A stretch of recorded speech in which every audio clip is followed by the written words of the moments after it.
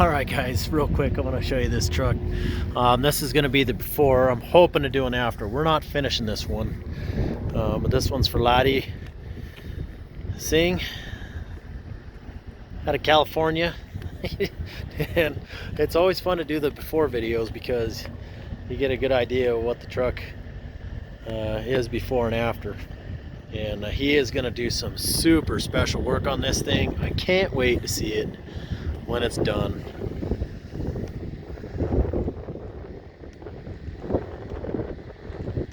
So we did twin 150 tanks, we did a weed burner exhaust. We made sure to leave all the extras, spacing and brackets so that he can do the aftermarket exhaust on the truck.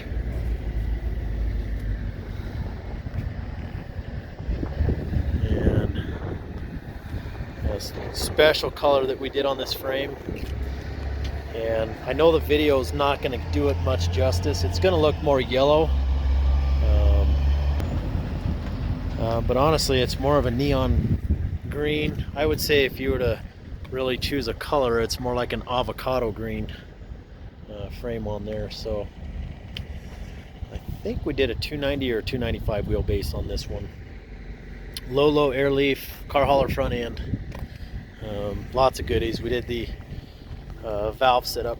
Now I talked to a lot of you guys about this. This is a factory valve setup with a diverter. Okay, so we have two options when we order a truck like this. You can get the diverter valve right here, and the reason why is because these glad hands are open, and so they don't put the closed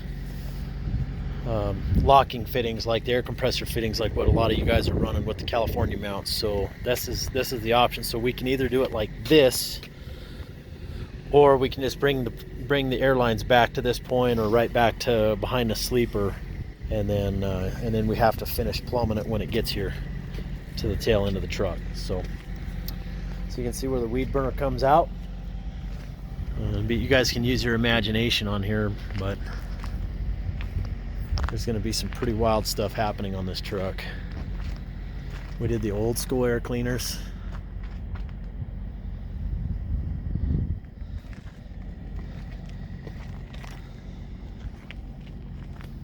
It's got a 605 Cummins, air ride front, everything in there.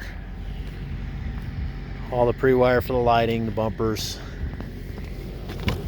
It's got the new digital dash. So I've talked on some of my other videos about dash layout, guys.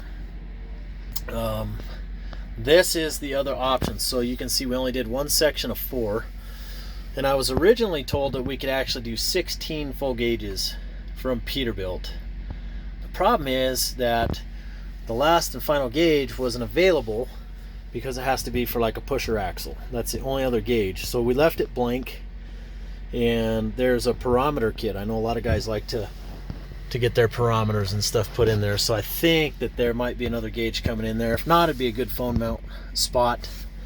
So I've said in the past that I can do up to 16 gauges, and I was incorrect, and I got shot down by Peterbilt. I was just going to put any other gauge in there just to fill it up, just so it had a pre-drilled hole, and it got shot down. So 15 gauges, just like the old dash.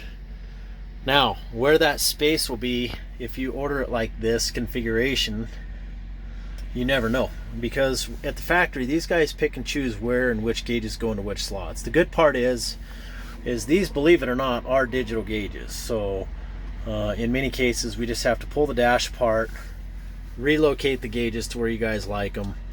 You know, it's about an hour of labor to do it all, and we can put them basically anywhere you want. So I get a lot of concerns and complaints about hey, why don't they set them from the factory in the way that we choose? And if you ever go to the factory to see how they build these trucks, you'll kind of understand. It's just not possible at this time. So but don't worry, we can fix them when they get to the dealer side. Okay, so we did a 72 Ultra Sleeper, and with the fridge and everything, sliding rear window. So stay tuned on all this, guys. And hopefully Laddie will be able to bring his truck up to Colorado so we can do a follow-up video with everybody.